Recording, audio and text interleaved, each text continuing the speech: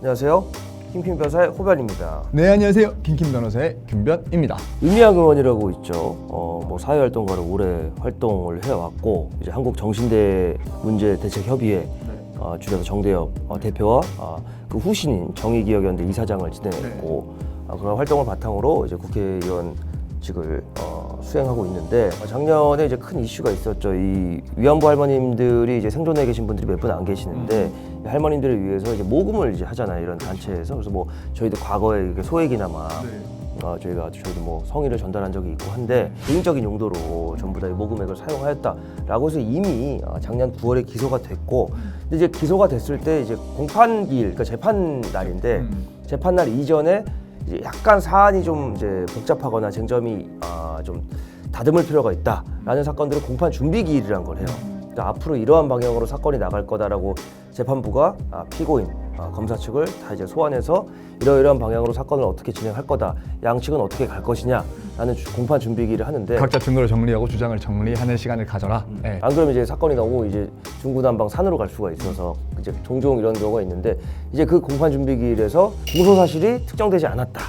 그러니까 이제 그 경찰이 이제 1차 수사하고 2차 검찰이 그걸 받아서 최종적으로 재판에 붙이는데 그 과정에서 범죄 사실이 모호한 부분이 있다라고 이렇게 항변할 수는 있어요. 할 수 있죠. 이제 호변이 말을 한 것처럼 작년 9월에 기소가 됐는데 재판부에서 이 공소사실이 특정되지 않았다는 그 윤미향 씨의 주장을 그냥 받아들여가지고 어쨌건 재판이 계속해가지고 이제 연기가 딜레이가 되고 있었던 상황이고 어느덧 지금 1년이 지난 2021년 10월이 됐죠. 네. 일단은 첫 번째로 공판 준비기일에서 지금 그 다음 진짜 본격적인 공판까지 가는데 1년이라는 시간이 걸렸다는 거는 조금 이례적인 일이고 뭐 그건 차치하고라도 이제 올해 8월에 첫 공판이 이제 열렸어요. 근데 일단 윤미향 의원이 전체 공소사실, 그러니까 뭐 횡령도 있고 지금 국가 보조금 이제 부정사용 부분이 있는데 지자체 보조금부터 해서 뭐 오늘은 저희는 이제 횡령 부분에 대해서 좀 포커스를 맞추고 좀 설명을 드릴 텐데 횡령이나 사기 같은 경우 보면 사기 같은 경우 단건인 경우가 있고 여러 건인 경우도 있고 횡령도 마찬가지인데 횡령은 보통 이제 여러 건인 경우도 많거든요. 네, 그게 좀 더 많죠. 한 번에 큰 돈을 뽑으면 이제 단건이지만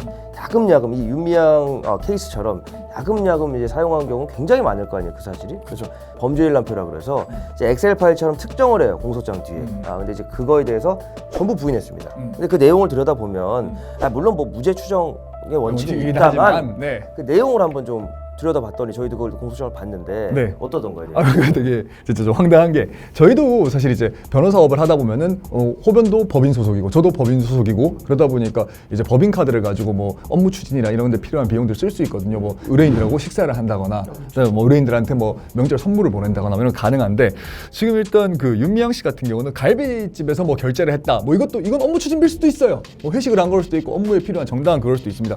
근데 이제 좀 황당한 것들이 마사지, 여러분 잘 아시는 더푸시업, 푸시업이라던가 또는 뭐 과자점 이런 걸로 또 부정 뭐 요가비, 개인의 종소세나 과태료 같은 부분도 전부 다 이 계좌에서 이제 돈을 인출해가지고 또는 뭐 그렇게 하는 방법으로 해가지고 횡령을 했던 거죠. 그러니까 쭉 내용을 들여다보면 뭐 주로 이제 밥 먹은 거, 발 마사지, 요가 레슨비, 개인 과태료, 개인 종소세 굉장히 많거든요, 공소사실이. 근데 이런 이제 시민단체도 마찬가지고 업무 추진비라는 게 있어요. 물론 시민단체는 뭐 접대비 이렇게 쓸 내용은 전혀 없고 없다고 봐야 되고 다만 이제 거기도 속해 있는 직원들이 있고 뭐 모금을 활동을 하다 보면 예를 들어서 그 단체에서 김변한테 만나서 이런 우리 단체는 이런 좋은 일을 하는데 이런 취지에서 좀 기부를 하시면 어떻겠습니까? 하는데 이제 근데 기부는 하는데 밥도 당신이 사서 이거는 좀 모양새가 맞지가 않잖아요. 그래서 그런 부분은 뭐 다툼의 여지가 있을 수 있다고 제가 굉장히 폭넓은 마음으로 폭넓고 너그러운 마음으로 대인배의 넘어가겠습니다. 그것까지 까지는 않겠지만 호인배요, 호인배. 근데 발 마사지, 요가 레슨비 그리고 존나 병신 같은 게 받는 사람한테 메모할 수 있잖아요. 그렇죠. 통장 보낼 때. 요가 레슨비라고 찍어 보내고 제가 솔직히 제 의견 말씀드릴게요. 존나 멍청한 범죄자다. 개멍청하죠. 진짜로 이게 범죄를 하려면 좀 치밀하게라도 하거나 뭔가 본인이 나쁜 행동을 한다는 거는 손바닥으로 하늘을 가려도 뭐 정권이 어느 정권이어도 이거는 뭐 보수 정권이든 진보 정권이든 상관이 없어요. 하나하나 손바닥 준비해가지고 얕은 법적 지식과 본인이 그동안 자기 그냥 내키는 대로 살아왔던 그런 이제 인격의 그냥 거울이죠. 저는 이런 것 같아요. 뭐냐면 정말 이게 모럴하이저도 진짜 극강인 게 뭐냐면은 멍청함을 떠나가지고 이제 무뎌진 거예요. 나중에 가다 보니까 217차례가 특정됐다는데 217차례도 검찰에서 명확하게 본인들이 봤었을 때 횡령이라고 보이는 금액만 한 것이 나머지 같은 경우는 또 더 많을 거예요. 충분히 많을 거고 저희가 변호사업을 하면서 법무법을 운영을 하면서 뭐 식사를 한다거나 이런 부분은 괜찮지만 뭐 제가 뭐 어디 미장원을 간다. 미장원을 간다거나 피부과를 간다거나. 병원을 피부과 가다 이건 아무 상관이 없는 거죠. 그러니까요. 아니 이런 정신 나간 일들을 가끔 가다가 법인카드나 그런 걸로 하는 경우가 있는데 아니 뭐 다 부도덕한 일이고 엄밀히 말하면 횡령입니다. 근데 그런 케이스 차치하고라도 뭐 정치적인 뭐 이념이나 색깔을 떠나서 너무 명확하거든요. 그렇기 때문에 이제 더불어민주당에서 탈당을 한 거고, 근데 의원직은 내려놓지 않고 있어요. 근데 뭐 이런 구태의 모습 저희 굉장히 많이 봤습니다. 정말 뭐, 불편합니다. 지금 뭐 여러 뭐 곽상도 의원도 있고 여러 가지 이제 그런 케이스들이 많은데 아니 뭐 사퇴하는 것까지는 본인 마음인데 상권 분립인데 그 중에서 입법기관에 있던 분들. 특히 많은 혜택과 권리를 누리고 있는데 그럼에도 불구하고 이런 이제 재판을 받았는데도 너무 떳떳하게 태연하게 나는 하늘을 우러러 한 점 부끄러움이 없다는 것 자체가 그리고 이거 아마 김변 얘기대로 이제 217차례의 범죄 일람표 이제 각 사용 내용이 특정이 됐는데 관대하게 봐서 업무 추진비를 볼 수 있는 거는 거의 빼요. 검찰이. 그렇죠. 빼죠. 왜냐하면 그 거르지 않고 다 넣어버리면 그 재판이 굉장히 오래가고 그리고 입증에 문제가 있고 검찰도 그 재판 몇 년 해야 되고 검찰 내부에 이제 수사 지침과도 맞지가 않아요. 만약에 217차례에 정말 억울한 게 있어. 이 사람이 그게 100개야. 이론적으로는 증인도 소환할 수 있고 사실 확인서도 받아내고 뭐 이렇게 사실 조회도 보내고 그러면 세워라 내워라예요. 그럼 언제 끝나 사건이? 그리고 이 217차례의 공소사실 중에는 이제 한 할머님께서는 거의 이제 치매 상태에 계셔가지고 이제 심신미약이라고 하죠. 진짜 심신미약 상태에 있는 분을 뭐 설득도 아니죠. 일방적으로 전달하면 그 할머님은 이제 그 유미약 씨를 보면 그대로 움직일 거 아니에요. 그래서 할머니 명의로 이제 모금이 된 돈을 다른 단체에 기부를 했는데 뭐 그것 또한 사적으로 이용되지 않았을까라는 합리적인 추측을 할 수밖에 없고 이게 사람이 할 짓인가 싶어요. 이게 정말 괴물이 되어가는 과정을 정말 사실 뭐 처음에 사회활동가로서 처음에 시작했었을 때는 굉장히 큰 뜻 포부가 있었을 거란 말이에요. 양심도 가지고 있었고 근데 어느 정도 이제 조직이 커지면서 비대해지면서 본인이 굴릴 수 있는 돈이 많아지니까 거기에 대해서 조금씩 이렇게 뺏쓰다 보니까 정말 완전히 괴물이 돼버리는 거예요.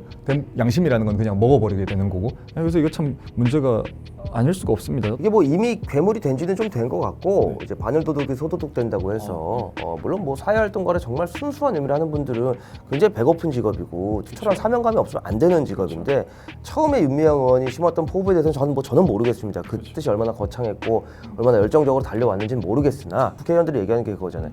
국민을 대표하는 내 지역구를 대표하는 이라는 캐치프레이즈를 내걸어서 이렇게 입법기관의 일원으로 활동하는 사람이 이런 행동을 했다는 거는 과거에 얼마나 열심히 살아왔는지와 전혀 별개로 절대 용서받을 수 없는 짓이고 그리고 지금 재판에서 하는 하나하나의 언행들 지금 뭐 하늘 높은지 모르고 본인한테 부메랑이 돼서 다 돌아올 겁니다. 그래서 저는 안타까운 게 횡령 액수를 이왕이면 더 크게 해줬으면 더 시원하게 갈 텐데 시원하게 좀 약해요. 시원하게 5억 넘겨서 특가법으로 가고 시원하게 이거는 딱 우리 자신 있게 이거 최소 3년 이상이다. 그리고 창살 밖에 창문으로 보이는 달빛을 보면서 내가 왜 그랬을까? 그때 창살 밖에 있는 햇빛은 손바닥 가릴 수 있어요. 되게 좁거든요. 그 창살은.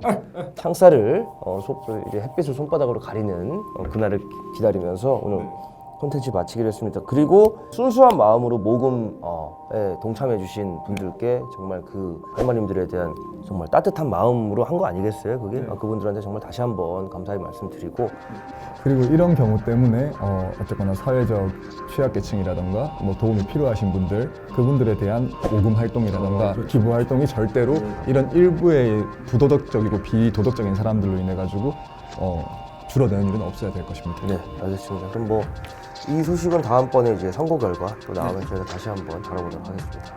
감사합니다. 네, 감사합니다.